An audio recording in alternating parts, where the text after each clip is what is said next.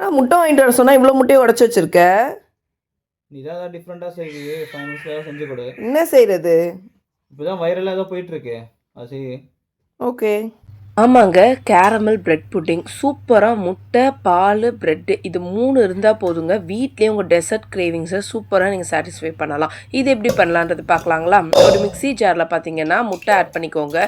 நான் வந்து இவ்வளோ முட்டை உடச்சிட்டு வந்துட்டாருன்றதுனால ஆட் பண்ணுறேன். நீங்கள் 2 கூட ஆட் பண்ணிக்கலாம். அண்ட் பிரெட் 4லேருந்து 5 ஸ்லைசஸ் எவ்வளோ வேணாலும் ஆட் பண்ணிக்கலாம். மில்க்கு, சுகர் உங்கள் ஸ்வீட் அதுக்கப்புறம் வெண்ணிலா எசன்ஸ், சால்ட் போட்டு நல்லா இந்த மாதிரி பிளெண்ட் பண்ணிக்கோங்க. இப்போ வந்து நம்ம கேரமல் வந்து பண்ணிடலாம். இதுக்கு வந்து 2 டீஸ்பூன் சுகரை வந்து லைட்டாக வாட்டர் போட்டு நல்லா சிம்மில் வச்சிங்கன்னா அப்படியே வந்து இந்த மாதிரி தேன் கலரில் வந்து மாறிடும். சூப்பராக நம்மளோட கேரமலும் ரெடி.